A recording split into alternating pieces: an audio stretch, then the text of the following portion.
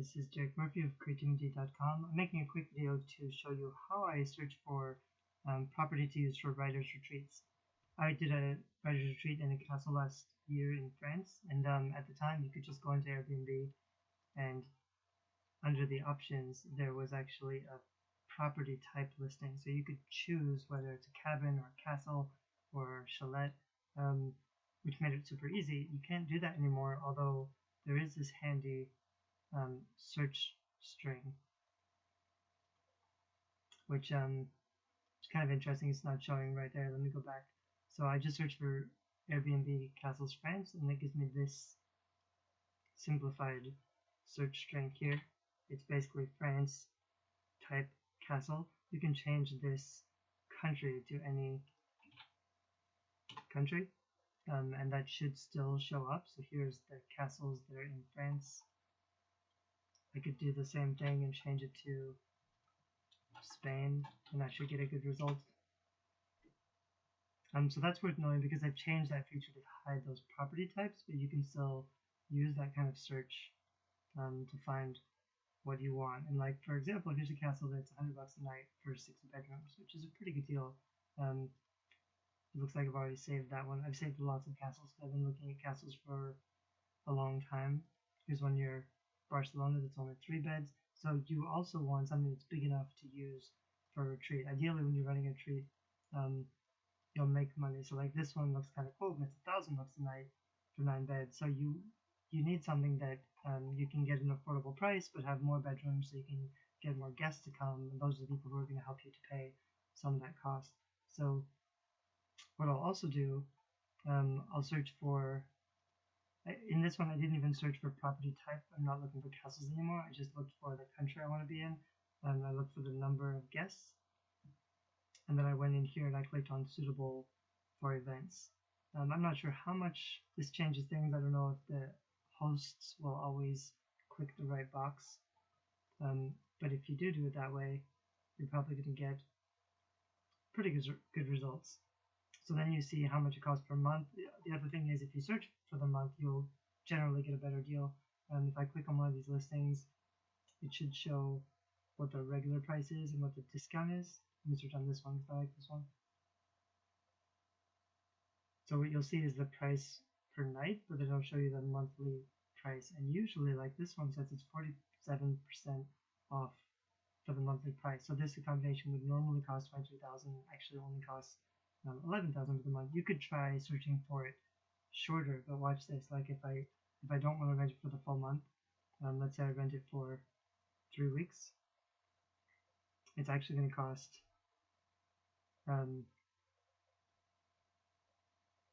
oops, I didn't take.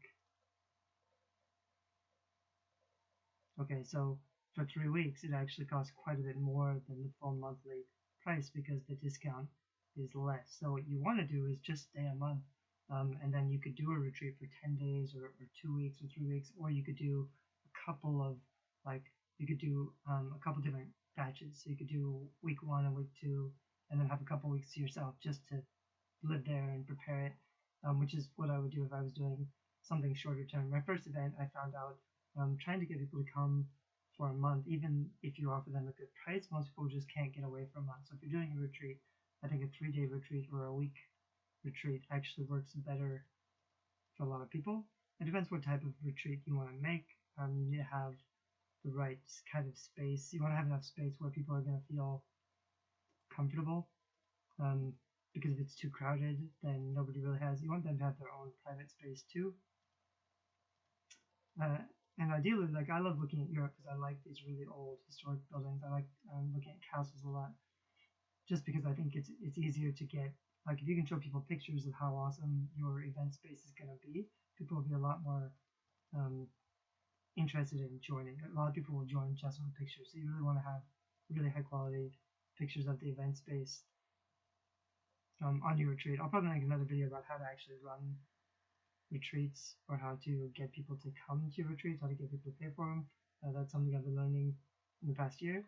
But for now, this is just a quick tip on how to use Airbnb specifically to try to find an event space for your next event. You could do this for all over. If I did the same thing, once you've done the 10 guest thing, I could really be looking all over Spain or other countries. When you move the map around in Airbnb, it just kind of shows you the new stuff for whatever country. Right now I don't know where. We'll probably be back in here in fall, so I'm looking for another castle rent. But I'd also like to. The other thing is, like, I don't like. Generally, when I'm looking for apartments, the apartments I like are all 2 or 3 thousand a month, whereas like this one is kind of ridiculous. It's 22,000, but a lot of times you can get um, a much bigger apartment with more bedrooms for not very much more money. So if you're looking for just a place to live, and you find something that's bigger and you can rent it and then split it up. So this one is not cheap, but it's a really neat place. So I could rent something that's much nicer that I couldn't afford on myself, but then I could um, find people to share those extra spaces with me.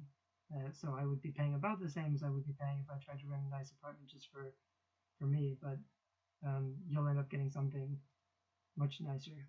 So also it's worth pointing out Airbnb is not very cheap. There's the reason I use it is because it's that's kind of fun. I use it because it's you can find really interesting things, and it is becoming more popular. But the prices are probably double what you would pay in local prices. However, when you're looking for a retreat, you can't rent it for a year, so you're going to be paying short-term rates, which are always going to be more expensive. So that's kind of just one of the downsides of running retreats. It's hard to get a good deal.